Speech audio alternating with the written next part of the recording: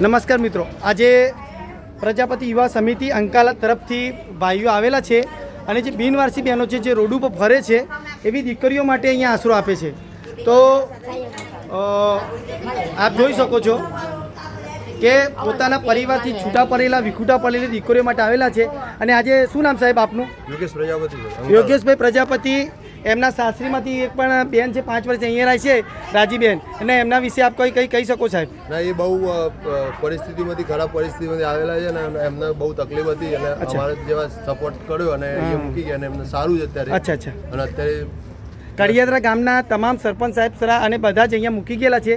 અને અવારનવાર મિત્રો આજુબાજુના ગામના અને અંકાલા ગામના તમામ પ્રજાપતિ સમાજ તથા ગામ સમત અહીંયા આવેલા છે. તો એમના તરફથી અમરદીપ ટ્રસ્ટ એમને ખૂબ ખૂબ અભિનંદન પાઠવે છે. અને આવી દીકરીઓ જો રોડ ઉપર દેખાય આપના ગામમાં કે આજુબાજુમાં તો અમારો કોન્ટેક્ટ કરશો તો અમે અડધી રાતે આપને સહકાર અમને આપશો તો અમે બેનને લાવી અને અહીંયા મેડિકલ કરી સરકારના નિયમ પ્રમાણે અમે એમને પ્રોત્સાહન આપીને અહીંયા એમને આશરો આપશું. ઇધર कैसा है? अच्छा है?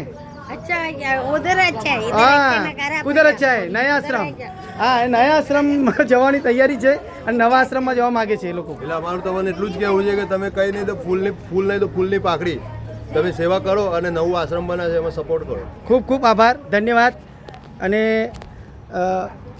આપ સાહેબ શ્રીઓ બધા આવ્યા છો એટલે અમારી સંસ્થાને મુલાકાત કરી એના માટે ખૂબ ખૂબ આભાર. અને આપણા જિલ્લાના અને આપણા તાલુકાના છો આપ સાહેબ ને મદદ કરી છે એના માટે ફરીથી ખૂબ ખૂબ આભાર વ્યક્ત કરું. આભાર.